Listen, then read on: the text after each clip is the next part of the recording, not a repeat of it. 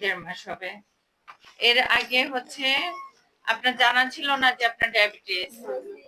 আচ্ছা, এখন বাচ্চা পেটে আসছে, বাচ্চা পেটে আসছে, এই সময়ে একটা স্পেশাল ডায়াবেটিস হয়। এই ডায়াবেটিসের নাম হচ্ছে জিডিএম। জিডিএম মানে হচ্ছে কি?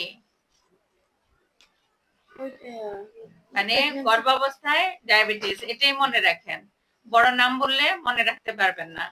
তাইলে আপনার এখন হচ্ছে আমি ওই ডায়াবেটিস ডাক্তার কাছে গেছিলাম, আমাকে বলছিল এটা আমার আগ থেকে প্রেগন্যান্সি ডায়াবেটিস নাকি 20 সপ্তাহের পর থেকে হয় আর কি। এখন আপনার কত সপ্তাহ চলতেছে? আপনি এর আগে কখনো পরীক্ষা করেন নাই? কি ডায়াবেটিস পরীক্ষা করেন নাই? ওই জন্যই ধরা পড়ে নাই।